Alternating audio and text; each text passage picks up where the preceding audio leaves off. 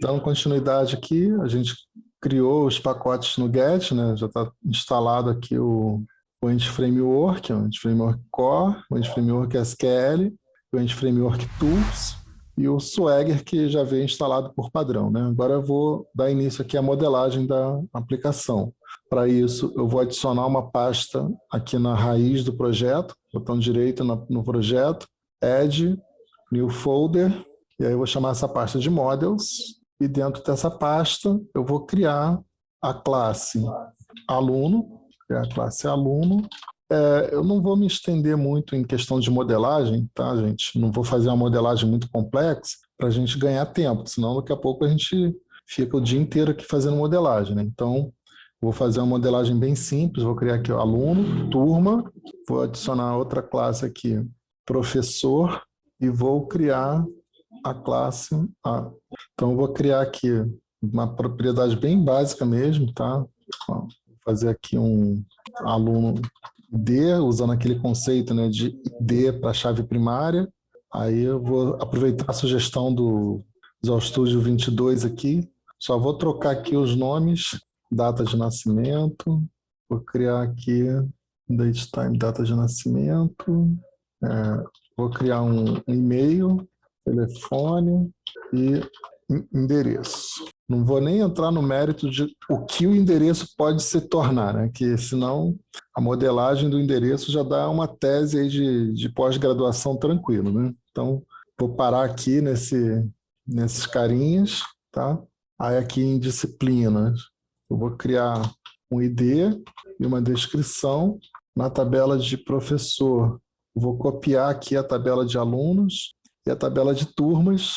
Eu vou criar aqui também, baseado aqui na tabela disciplina, eu vou criar ID, descrição, aí eu vou botar aqui só um campo turno, né, para dizer que é manhã, tarde e noite. Aí Diego já quer criar um enumerable, que eu sei, mas não vou fazer. E vou fazer aqui também turno e... como é que é, Diego? Na nossa época era série, grau, né? Então está aqui minha modelagem. Modelagem bem básica, né? Agora eu vou dar início ao que realmente venha de encontro com o Entity Framework. Então, primeiro passo aqui, eu vou criar a minha connection string.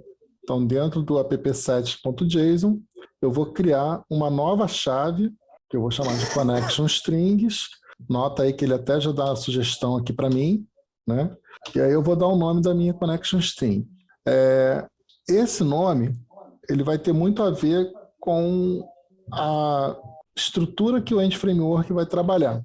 A gente costuma colocar o nome da connection string o mesmo do nome do arquivo de contexto. Então, eu vou chamar aqui, por exemplo, de escola context, vou chamar de escola context, e vou botar aqui a string de conexão que eu vou precisar usar para acessar o banco de dados.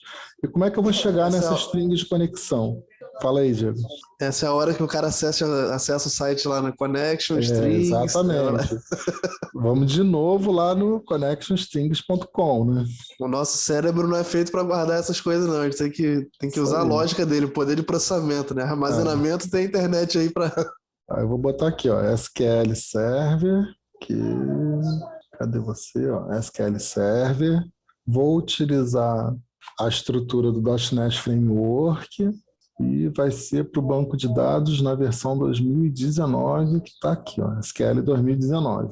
E aí ele está me dizendo como eu faço a conexão. Ó. Se eu quero conexão com autenticação do Windows ou se eu quero uma conexão com autenticação via usuário do SQL. Eu vou usar aqui a conexão do Windows.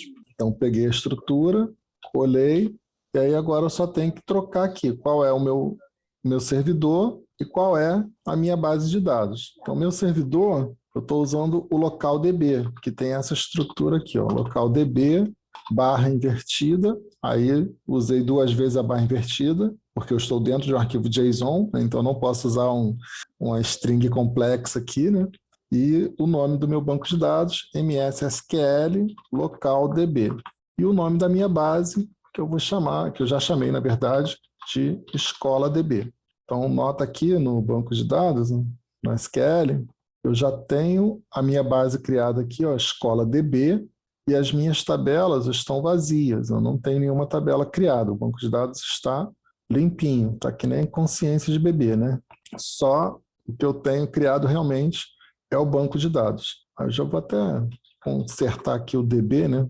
Mais por questão de toque do canto aqui, criei o Scholar Context e eu estou dizendo que o Scholar Context vai acessar esse carinha aqui, beleza? E vou criar o arquivo de contexto. Para isso, eu vou copiar o nome que eu dei para minha connection string e aqui na pasta models eu vou adicionar a classe que vai receber o nome da minha connection string. Para que isso? Para facilitar a minha vida, né? Porque se eu começar a colocar o nome da connection string é uma coisa e o nome da minha classe de contexto é outra, eu vou ficar maluco. Então, para não ter esse problema, eu vou fazer dessa forma.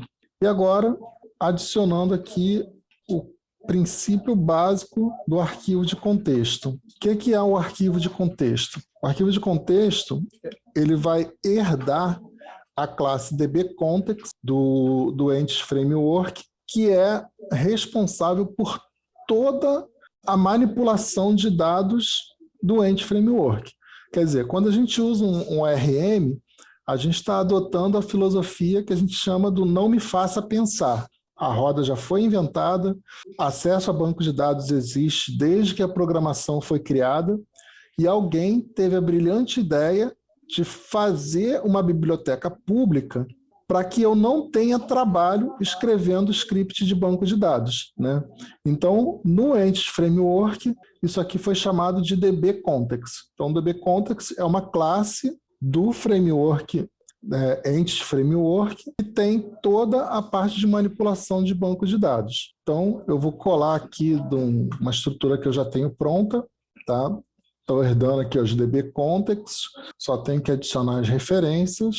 Quando você vai adicionando ali, Framework Core. o ORM, qual o ganho dele em relação a outra playlist que a gente trabalhou de Adonet? Nesse cara aqui você tem uma abstração entre a aplicação e o banco. No sentido que a gente está montando isso com SQL Server. Se a gente mudasse isso para o Oracle, funcionaria, entendeu?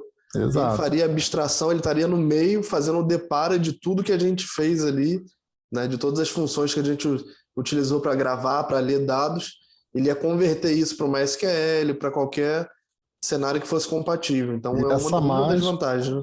E essa mágica que o Diego está falando, eu vou mostrar daqui a pouco como é que a gente faz, que é a configuração lá do program.cs, que, né, no caso, até o .NET 5 era o startup, né? Agora não tem mais o startup. Lembrando, tá, gente? Não tem por padrão, mas se a gente quiser criar, a gente pode, só não é necessário. Tá? Então, explicando aqui o contexto, ó, eu estou herdando do dbContext. Se eu der um F12 aqui na dbContext, ele vai me mostrar o metadata dele, né, os meus metadados dele, onde eu consigo ver de quem ele herda, tudo mais. dbContext herda desse monte de gente aqui, ó, infraestrutura, dependências, db7. Pouca coisa, né? Quase as classes todas estão vindo aqui, ó, iDisposable, legal, para a gente poder fazer a implementação do Dispose. E ele tem todos esses métodos aqui, ó, método de list e mais um monte de coisa. Aqui eu estou criando o construtor onde eu passo o dbOptions. Essa configuração do dbOptions é onde eu vou carregar os drivers, a connection string, eu vou carregar a configuração propriamente dito que eu preciso passar para o ORM, que foi onde o Diego falou. Se eu estiver trabalhando com SQL, se eu estiver trabalhando com Oracle, se eu estiver trabalhando com MySQL, com PostgreSQL, eu vou fazer a configuração lá no meu program.cs, colocando o conector, passando qual é a minha connection string e, depois disso, eu vou passar a injeção de dependência para o meu arquivo de contexto, quando ele estiver sendo instanciado. Daqui a pouco a gente vai fazer isso na prática, só estou dizendo aqui como que funciona. E depois, nota que ele está passando essas opções também para a base, quer dizer, lá na herança, lá na base da herança, eu tenho um construtor também que vai receber esse objeto. Então aqui, ó, se eu olhar nos construtores da A da parte do base, base ali ele está recebendo aqui também essa parte do base ali é dica de ouro, né? Toda vez que você vê no construtor ele com aquela anotação lá de colocar 2 pontos base, significa que ele tem um construtor nesse lugar onde você está fazendo a herança, isso C Sharp. Eu isso, usei essa semana no Angular, o Angular também trabalha desse jeito, com TypeScript, né? exato. E vários outros, então é bem Então, comum isso. Na hora que você faz a herança, você vai pegar esse cara que você está injetando ali e vai passar também para o construtor de quem você está herdando. então eu tenho um método na minha base, na minha classe base, que eu posso sobrescrever na minha classe filha. Então, eu estou passando, né, os parâmetros, os valores que a filha está recebendo, eu estou passando para a classe base. E assim eu consigo fazer com que a minha configuração, no caso, ela funcione tanto na filha quanto na base. Então, essas configurações elas vão vir do program.cs e eu vou passar isso aqui tanto para a minha classe de contexto quanto para a base dbContext, que contém, de fato, né, o código para manipulação dos dados do banco de dados. E aqui eu vou criar os meus conjuntos de operações para cada tabela. Então, eu criei aqui, já por padrão, né, o conjunto da tabela aluno, e esse db7 ele é uma classe que vai trazer todos os comandos possíveis para operações de CRUD. Então, para eu fazer insert, para eu fazer update, para eu fazer delete, para eu fazer query, tudo isso eu vou fazer através de um comando que eu tenho em db7. Então, se eu der um F12 aqui no db7 também, ó, vocês vão reparar que ele tem lá as enumerable, as queryable, find async, add, update, remove, attach. Então, eu já tenho toda a estrutura pronta, né, para eu simplesmente criar esse objeto, né, criar essa coleção db7 e ele vai todos os comandos prontos, simples e rápido. Daqui a pouco a gente vai falar sobre esse conceito aqui, ok? Então, ó, vê que eu criei aqui um db7 para cada tabela do meu banco, tá? Então, se eu precisar fazer qualquer operação de CRUD, qualquer operação de query, né, eu posso fazer através dessa coleção. Então, meu contexto aqui básico do básico está configurado. Tá? O que está faltando a gente fazer ainda seria a parte do Fluent API. O que seria o Fluent API? É a configuração de formalização do banco de dados. Como assim formalização? Quando a gente cria uma classe dentro de um sistema, a gente faz uma formalização para, por exemplo, quando eu tenho nomes complexos, né, nomes compostos, eu não faço uso de preposições, né? Por exemplo, aqui, primeiro nome, né? Eu retiro a data de nascimento aqui, né? Eu retirei a preposição data de nascimento, botei só data nascimento. Faço também a formalização de juntar as palavras. Então, primeiro nome eu escrevo tudo junto e utilizo lá o conceito do camel case, né? Onde eu coloco a primeira letra maiúscula, identificando, né, que, de fato, isso aqui são duas palavras distintas que formam o nome do campo. Né? Então, primeiro nome, eu já entendo aqui que essas palavras naturalmente escritas seriam escritas separadas. Então, a gente faz essa formalização aqui em relação à nomenclatura. Só que quando a gente está falando em modelagem de dados, essa nomenclatura nem sempre vai seguir esse padrão. Por exemplo, o Oracle, ele tem como padrão separar os campos por underline ou underscore, né?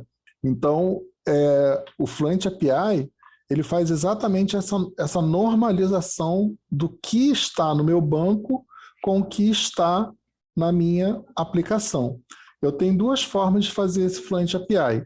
Eu posso fazer com Data Annotation, por exemplo, aqui, ó, eu vou criar uma anotação dizendo que o campo ID é a chave primária da minha tabela. Então, eu vou criar aqui uma anotação que vai ser possível através da biblioteca aqui do assembly system.componentModel.dataAnnotations. Então, aqui eu já estou dizendo, por exemplo, que é esse campo é a chave primária da minha tabela. Então, se eu quiser fazer uma normalização, por exemplo, aqui eu vou chamar de ID, mas só que lá na tabela eu quero que isso aqui seja chamado de código do aluno. Aí eu vou fazer isso aqui, ó, column, e vou botar o nome da minha coluna. Então, por exemplo, aqui, ó, código aluno. Então, essa normalização de dizer assim, e outra coisa importante, aí aqui a gente já usa o system.componentModel.dataNotation.schema, tá? Essa normalização aqui, que o campo ID na minha classe vai representar o campo código aluno lá no meu banco de dados, é o que a gente chama de Fluent API. Então, eu faço essa normalização toda vez que eu tiver necessidade de mudar a padronização. Então, aqui, por exemplo, eu vou botar primeiro nome, tá? Esse padrão que eu estou escrevendo aqui, ó, de usar tudo maiúsculo, né, usar o uppercase, também é um padrão do Oracle, né? O Oracle também tem, por padrão, criar tudo com uppercase. O SQL Server, ele usa a mesma formalização da orientação a objetos. Então, isso aqui que eu estou fazendo, meio que não vai se tornar necessário para a formalização da aplicação. A única coisa que isso aqui vai se aplicar é para evitar pluralização, que eu posso fazer a configuração no DB Context, aqui no arquivo de contexto, eu posso escrever aqui uma sobrecarga no onModel Create para retirar a pluralização, mas eu também posso fazer no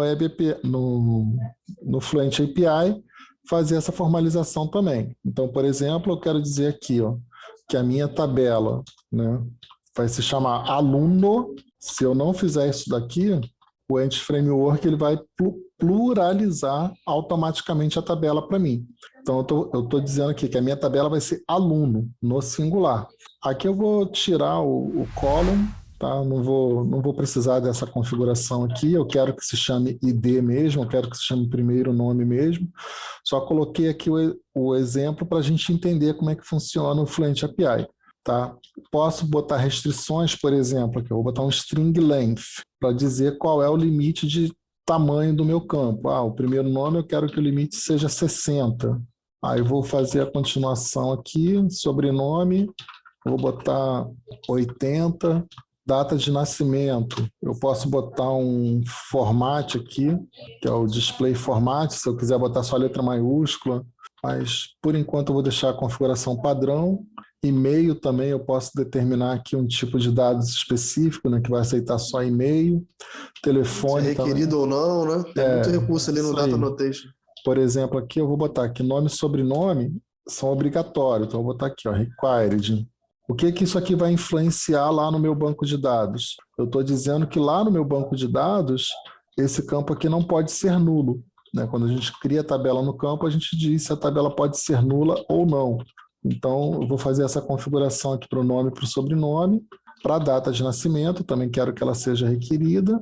E-mail eu vou deixar opcional, né? Não tem necessidade obrigatoriamente. Mesma coisa, telefone. E endereço eu quero que seja obrigatório também. E vou determinar aqui um string length para o endereço de 200 caracteres. Lembrando que, geralmente, aqui para o endereço a gente costuma fazer separado, né? O nome da rua, o tipo de logrador, o número, o bairro. Aqui eu vou fazer um stringão só, porque como eu falei, a nossa ideia é simplesmente fazer a modelagem para criar no banco de dados. Como eu copiei isso aqui para professor, eu vou repetir essa configuração do Data Annotation aqui também. Só tenho que adicionar as referências novamente. Table aqui em cima. Estou formalizando aqui para não pluralizar, né? Mesma coisa vai ser aqui. Bom, esse cara aqui pode dizer que é tudo requerido, né? String length aqui eu vou botar 60 também. Esse string length ele corresponde lá no SQL a gente usar o varchar com um tamanho específico, né? Então, posso fazer essa configuração aqui também. Por que eu não botei requerido na chave primária? porque chave primária, por padrão, já é requerida, né? Ela é obrigatória. Então, não preciso definir, que aí seria uma redundância. Então, eu botei aqui um string length de 60. Para o turno aqui, eu vou botar um string length de 10. Para o grau, vou botar um string length de 10 também. Beleza? E, por fim, disciplina. Opa, ele não fez o using para mim. Deu enter muito rápido aqui, ele não fez o using, né? Ele botou referência direta. Beleza. Então, acabei de fazer o Fluent API através de Data Annotation, tá? A gente também pode fazer o Fluent API através do DB Context, só que esse eu vou deixar para mostrar quando a gente usar lá o scaffolding e criar a partir do banco de dados existente. Beleza? Então, já tenho aqui a configuração do meu DB Context. Agora, falta injetar aqui no program a configuração do Ent Framework, da inicialização, né, na verdade, do Ent Framework. Esse também eu vou copiar aqui a configuração para a gente ganhar tempo, e aí eu vou só explicar essa configuração. Bom, gente, então a gente conversou aqui nos bastidores, a gente vai fazer um novo vídeo aqui, né, dando continuidade para falar sobre o program.cs. Então, para esse vídeo não ficar muito grande, né, e a gente vai ter que explicar bastante coisa aqui do program.cs, então a gente está parando aqui nesse ponto e no próximo vídeo a gente continua. E aí, curtiu? Então se inscreve no canal, compartilha com a galera aí da faculdade, do trabalho, do futebol. Bora ajudar esse canal aí a crescer e espalhar mais a mensagem do universo do desenvolvimento. Valeu!